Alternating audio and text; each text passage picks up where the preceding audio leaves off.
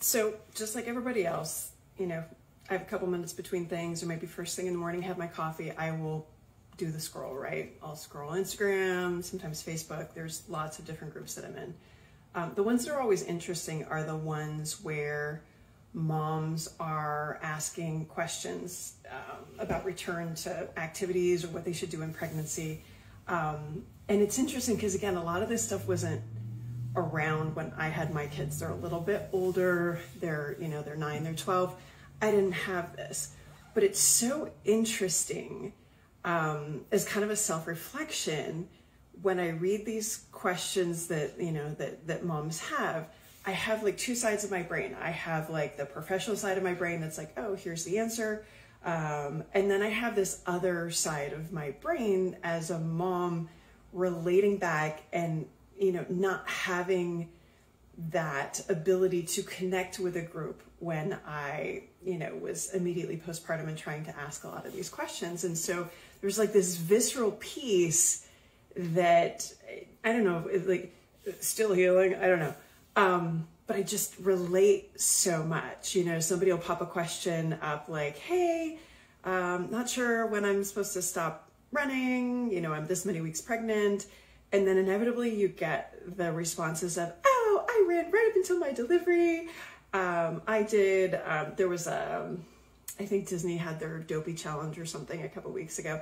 Oh, I'm 37 weeks. I just did the Dopey Challenge, which is a 5K, a 10K, a half marathon, and a marathon all in one weekend. And they start at like 2 in the morning. So like some of these things, like as a professional, I'm like, okay, I know there's outliers. I know that there's, a wide variety of circumstances. I also know, I have an understanding of how people kind of want to put the best foot forward and you don't know the whole story on social media. Like I know all this stuff logically. And then there's me as a mom, having had pelvic floor issues, having, experienced, having to stop at 19 weeks in pregnancy of my first, crying, calling my husband saying, okay, you need to come get me. I can't take another step.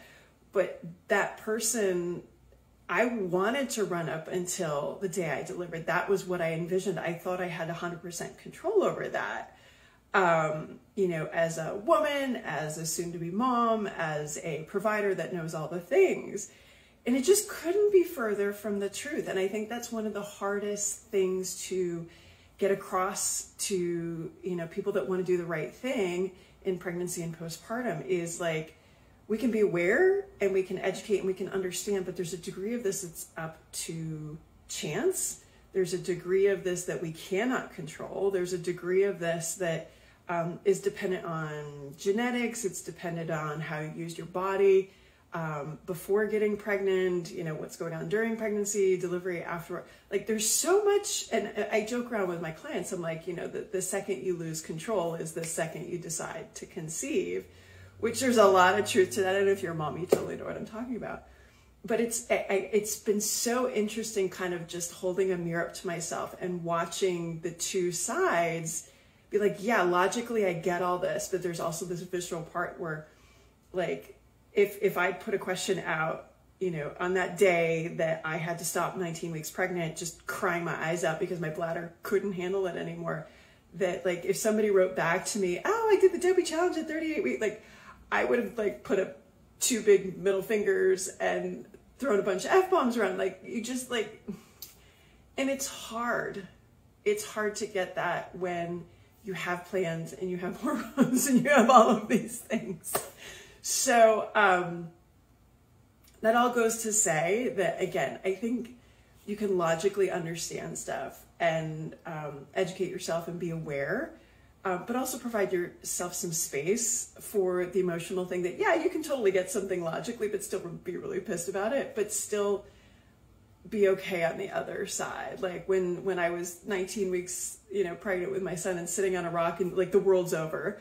Meanwhile now, like it's a funny story now. It's not the end of the world. So for those of you that you feel like it's the end of the world right now, I'm here to tell you, you'll be okay, but balance the logical side with the emotional side. And I guess that's life. Let me know your stories. I would love to hear, kind of how you've navigated social media, whether it's pregnancy or postpartum. You know, does the logical brain win out, or does the emotional brain, or how do you kind of find that balance in figuring out how to move forward and how to kind of handle that, and also when to stop swiping? Hop in my DMs, let me know.